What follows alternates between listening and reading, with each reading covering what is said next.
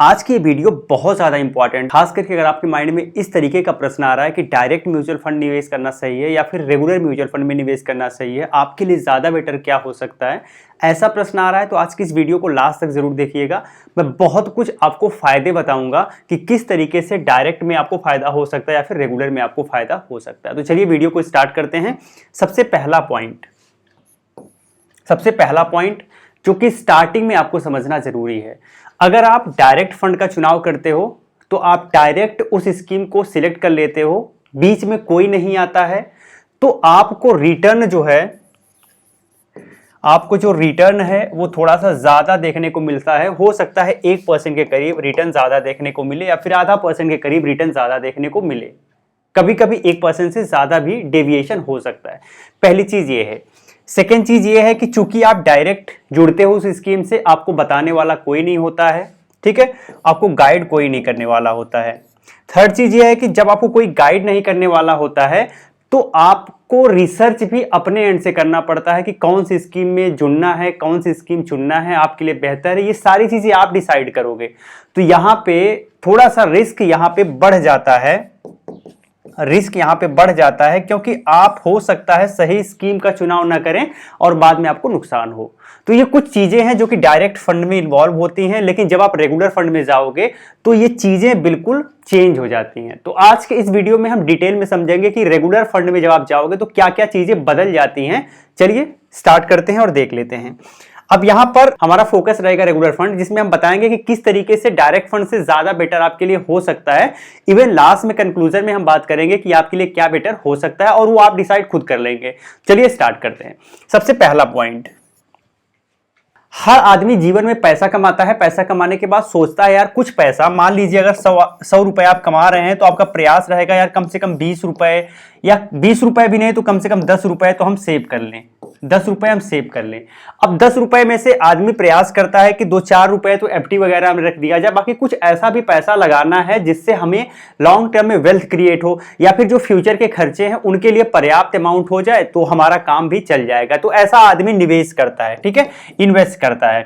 अब जब निवेश करना है तो आपको डिसाइड करना पड़ता है यार किस स्कीम में निवेश करना चाहिए, कौन सी एमसी आजकल अच्छा काम कर रही है। हर एमसी की हर स्कीम अच्छी नहीं होती है, तो आपके गोल के हिसाब से कौन सी स्कीम अच्छी है, ये सारी चीजें आपको डिसाइड करनी पड़ती हैं।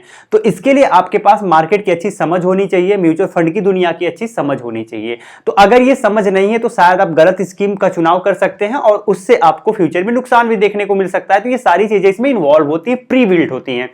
अब आपने एक ऐसी स्कीम का चुनाव कर लिया जो आपको देखने के हिसाब से अच्छा लग रहा है, बट जो आपके रिस्क एपेटाइट, इन्वेस्टमेंट हॉराइजन के हिसाब से ज्यादा बेटर आप पे सूट नहीं कर रही है, तो हो सकता है कि फ्यूचर में आपको पछतावा हो कि यार आपने गलत स्कीम का चुनाव कर लिया।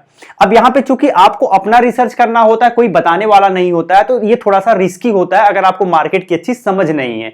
तो इस केस में आपके पास अगर एक एक्सपर्ट मिल जाता है और एक्सपर्ट बताता है कि आपके हिसाब से ये स्कीम ज्यादा बेटर है और आप उस स्कीम में पैसा लगाते हो, तो फ्यूचर के दृष्टि चूंकि आपको लंबा निवेश करना है, लंबे समय में आपको एसेट क्रिएट करना, वेल्थ क्रिएट करना है, तो वो ज्यादा बेटर डिसीजन हो सकता है क्योंकि उसको मार्केट की समझ है और वो वही काम कर रहा है। तो इसलिए आपको पूरा प्रयास करना चाहिए कि एक एक्सपर्ट की सलाह से निवेश करना चाहिए। अगर आपके पास अपना पर्याप्त नॉलेज नहीं है तो, अगर आपके पास अपना पर्याप्त नॉलेज है तो फिर आपको शायद एक्सपर्ट की जरूरत ना पड़े। लेकिन फिर भी मैं कहना चाहूंगा कि हर आदमी हर चीज में एक्सपर्ट नहीं होता है, तो अगर आप एक्सपर्ट के सलाह से स्कीम का चुनाव करें, निवेश करें, तो आपके लिए ज्यादा बेटर हो सकता है। तो ये जो फायदा होता है ये रेगुलर फंड में मिल जाता है, आपको एक एक्सपर्ट मिल जाता है जो कि आपको बताता है ये स्कीम आपके लिए अच्छी हो सकती है। अब यहां पे भी 2-3 चीजें मैटर करती हैं। अब जो एक्सपर्ट आपको गाइड कर रहा है, हो सकता है वो सिर्फ अपना फायदा सोच रहा हो, उसे लग रहा हो कि यार इस स्कीम में उसे ज्यादा फायदा है तो वही स्कीम आपको रिकमेंड कर रहा है। अगर ऐसा है तो एक्सपर्ट अच्छा नहीं है, क्योंकि वो आपके बारे में नहीं सोच रहा है। तो एक्सपर्ट ऐसा होना चाहिए जो आपके बारे में, जो आपकी भलाई सोचे। अगर वो आपकी भलाई सोच रहा है तो ज्यादा बेटर एक्सपर्ट है आपके लिए, और आपको उस पर बिलीव करके उसके हिसाब से निवेश जर्नी स्टार्ट करनी चाहिए। तो पहला पॉइंट आपने ये समझा। अब हम अगले पॉइंट पे चलते हैं। अब हमारा दूसरा पॉइंट है, मार्केट में क्या होता है ना, मार्केट में कभी अप्स होता है कभी डाउन होता है।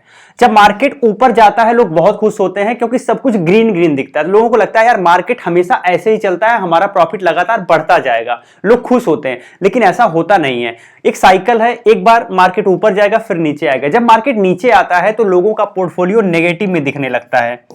जब नेगेटिव में दिखने लगता है लोग परेशान होने लगते हैं, यार अब क्या किया जाए, मार्केट में रहा जाए निकला जाए। और कभी कभी तो बिल्कुल पैनिक सिचुएशन आ जाती है जब लगातार मार्केट में करेक्शन 1 महीने 2 महीने 6 महीने 8 महीने कभी कभी 1 साल तक बना रहता है।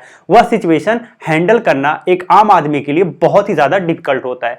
और इस केस में आपको हेल्प करता है एक म्यूचुअल फंड एडवाइजर, एक म्यूचुअल फंड डिस्ट्रीब्यूटर, एक म्यूचुअल फंड एक्सपर्ट।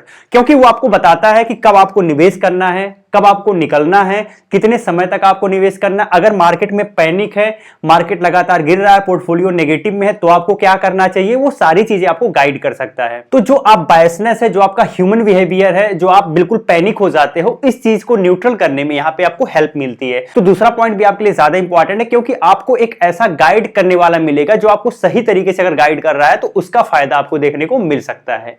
तीसरा पॉइंट चलते हैं। तीसरा पॉइंट हमारा है एंट्री एंड एग्जिट। जब भी म्यूचुअल फंड में आप निवेश करने जाते हो तो किस टाइम पे भी आप एंट्री ले रहे हो और किस टाइम पे आप एग्जिट ले रहे हो, ये ज्यादा मैटर करता है। तो अगर एक एक्सपर्ट है तो आपको गाइड करेगा कि यार इस टाइम पे ज्यादा बेटर है आपको एंट्री लेने का और इस टाइम पे आप एग्जिट करिए तो आपको ज्यादा फायदा होगा। अगर सही टाइम पे आप एंट्री एग्जिट नहीं करते हो, आप देखोगे मार्केट में कुछ एक ऐसे दिन होते हैं, कुछ एक ऐसे महीने होते हैं जिसमें ओवरऑल पूरे ईयर का रिटर्न आपको मिल जाता है।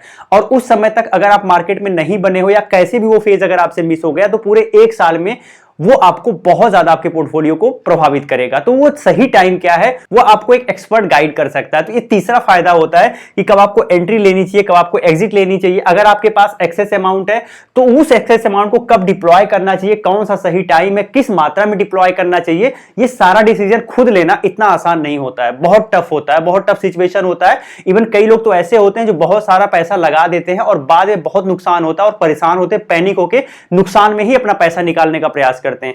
तो ये बड़ी डिफिकल्ट सिचुएशन होती है। आप 1% बचाने के चक्कर में फ्यूचर में कई % अपना नुकसान करते हैं। तो ये भी चीज आपको ध्यान रखना है। तो ऐसे सिचुएशन के लिए भी आपके पास एक एक्सपर्ट होना चाहिए जो आपके लिए उपलब्ध हो, जो आपको गाइड, जब भी आपको जरूरत लगे आप उसे कॉल करिए, आपको एक सही रास्ता दिखाए। तो ऐसा एक्सपर्ट आपके पास होना चाहिए। अगर ऐसा एक्सपर्ट है तो फ्यूचर में आपका पोर्टफोलियो अच्छा परफॉर्म करेगा ही करेगा। तो ये भी तीसरा पॉइंट आपको ध्यान रखना है। चौथा पॉइंट है सपोर्ट। अगर आपका एक एक्सपर्ट है, आप एक एक्सपर्ट के माध्यम से उसके सलाह के हिसाब से निवेश करते हैं तो आपको हमेशा एक सपोर्ट मिलेगा। कभी भी आपके दिमाग में कोई भी डाउट आता है, आप फोन उठाएंगे, तुरंत कॉल कर लेंगे, मैसेज कर देंगे, वो आपको रिप्लाई कर देगा, बता देगा, समझा देगा। तो आपको हमेशा एक सपोर्ट मिलता रहेगा। अब ये सपोर्ट बहुत ज्यादा इंपॉर्टेंट होता है क्योंकि आपका अमाउंट धीरे धीरे बड़ा हो रहा है और जब अमाउंट बड़ा होता है ना तो उसको लेके आपके अंदर पैनिक आप ज्यादा होने लगते हैं। तो ये चीज भी आपको ध्यान रखना और वहां पे सपोर्ट ज्यादा मैटर करता है। अब अगर आप डायरेक्ट फंड में जाएंगे कोई सपोर्ट नहीं है क्योंकि सभी लोग तो डायरेक्ट फंड में जा रहे हैं ना, उनको सपोर्ट करने वाला कोई है नहीं, कोई नहीं बताने वाला है। तो नॉर्मली आप यूट्यूब पे जाओगे, सर्च करोगे तो वो जो नॉर्मल, अब जो YouTube पे भी लोग बताते हैं ना, वो एक नॉर्मल अप्रोच होता है, वो सबके, वो जनरलाइज अप्रोच होता है, सबके लिए होता है। आपको पर्सनल कोई गाइड करने वाला नहीं मिलेगा। तो ये चीज आपको ध्यान रखना है। तो अगर आप एक एक्सपर्ट के माध्यम से जा रहे हैं, एक इन्वेस्टमेंट एडवाइजर के माध्यम से जा रहे हैं, एक म्यूचुअल फंड डिस्ट्रीब्यूटर के माध्यम से जा रहे हैं जो कि रजिस्टर्ड है, तो आपको एक सपोर्ट प्रोवाइड करेगा। हाँ, आपका डिस्ट्रीब्यूटर, आपका एडवाइजर ऐसा होना चाहिए जो आपके लिए उपलब्ध हो। ऐसा नहीं है कि आप एक बार निवेश कर दिया फिर आपके लिए कोई सर्विस ही नहीं उसकी। तो अगर ऐसा आपका एडवाइजर है, अगर आपको बस बार बार एनएफओ रिकमेंड करता है कि यार इस एनएफओ में पैसा लगाओ, इस एनएफओ में पैसा लगाओ, तो अगर ऐसा एडवाइजर है तो मतलब वो अपना फायदा ज्यादा सोच रहा है। तो ऐसे एडवाइजर से तुरंत आप दूर हो जाइए, किसी अच्छे एडवाइजर के माध्यम से ही आप निवेश करने का प्रयास करिए। तो ये सारी चीजें आपको ध्यान रखना है। अब जो अगला पॉइंट है ये समझने की जरूरत है। अगला पॉइंट ये है कि भाई सिंपल सी बात है ना, हर आदमी का रिस्क एपेटाइट अलग होता है।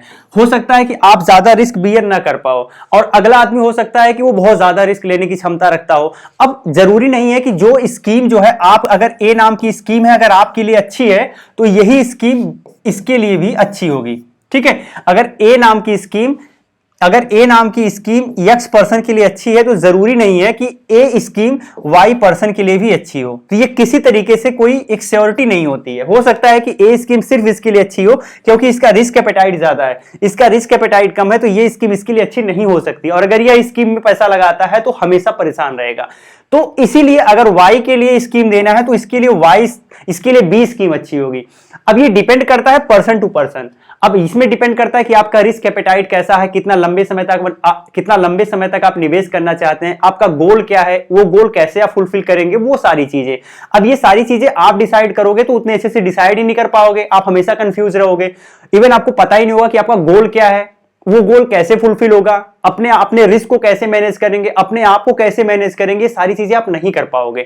तो इस केस में भी आपका एडवाइजर, आपका डिस्ट्रीब्यूटर, आपका म्यूचुअल फंड एक्सपर्ट आपकी मदद करता है और वो बताता है कि कौन सी स्कीम आपके लिए बेहतर है, कौन सी स्कीम आपके गोल को फुलफिल करने में आपकी हेल्प करेगी। वो सारी चीजें आपको गाइड करता है जिससे आप एक सही डायरेक्शन में लंबे समय तक निवेश कर पाते हो और एक अच्छा खासा पोर्टफोलियो बिल्ड कर पाते हो जो आपको अच्छा खासा वेल्दी बना पाता है। तो ये चीजें आपको ध्यान रखना चाहिए। अब अगला पॉइंट नोट कर लेते हैं।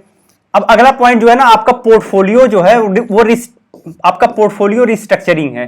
पोर्टफोलियो रिस्ट्रक्चरिंग का मतलब क्या है? मान लीजिए आपने 3 स्कीम चुना है, ए बी सी, 3 स्कीम आपने चुना हुआ है, ठीक है। अब हो सकता है कि आगे के सिचुएशन में ये जो तीनों स्कीम आपने चुना हुआ है उसका परफॉर्मेंस उस हिसाब से नहीं हो सकता है स्कीम ए का परफॉर्मेंस आगे चल के बहुत वर्स हो जाता है या फिर इसमें कुछ रिस्ट्रक्चर करने की जरूरत है। अब ये आप तो समझ नहीं पाओगे ना, लेकिन ये बंदा जो होता है, जो एक्सपर्ट होता है, वो आपको बताएगा कि नहीं आप जो है ऐसा नहीं ऐसा करिए, कुछ बदलाव करिए जिससे आपका पोर्टफोलियो ज्यादा बेटर परफॉर्म कर पाए। तो ये सारी चीजें एक एक्सपर्ट ही आपको बता सकता है। अगर आप एक अच्छे एक्सपर्ट के माध्यम से निवेश करें, वो टाइम टाइम पे बताएगा कि यार आपके पोर्टफोलियो में ये दिक्कत है, आप ये चीज कर लो। तो अगर आप वो चीज करोगे तो आपको उसका फायदा लॉन्ग टर्म में देखने को मिलेगा और आपका रिस्क भी कम होगा। और अल्टीमेट गोल ये होना चाहिए कि रिस्क कम रखना है और रिवार्ड ज्यादा रखना है। तो कम रिस्क रखते हुए अगर अच्छा रिवार्ड आपके पोर्टफोलियो से निकल के आ रहा है तो ज्यादा बेटर होता है। तो ये भी पॉइंट आपको एक financial expert, mutual fund distributor आपकी हेल्प कर सकता है। और एक अगला पॉइंट जो कि इंपॉर्टेंट है, आपका एक्सपर्ट ऐसा होना चाहिए, आपका एडवाइजर ऐसा होना चाहिए, आपका म्यूचुअल फंड डिस्ट्रीब्यूटर ऐसा होना चाहिए जो कि आपको 1 to 1 गाइड करे। ऐसा नहीं है कि जनरल वे में पूरे एक कम्युनिटी को गाइड कर रहा है, ऐसा नहीं होना चाहिए। आपकी जरूरत महसूस हुई, आप कॉल किए, आपको पर्सनल वो गाइड करे, आपके लिए खड़ा हो।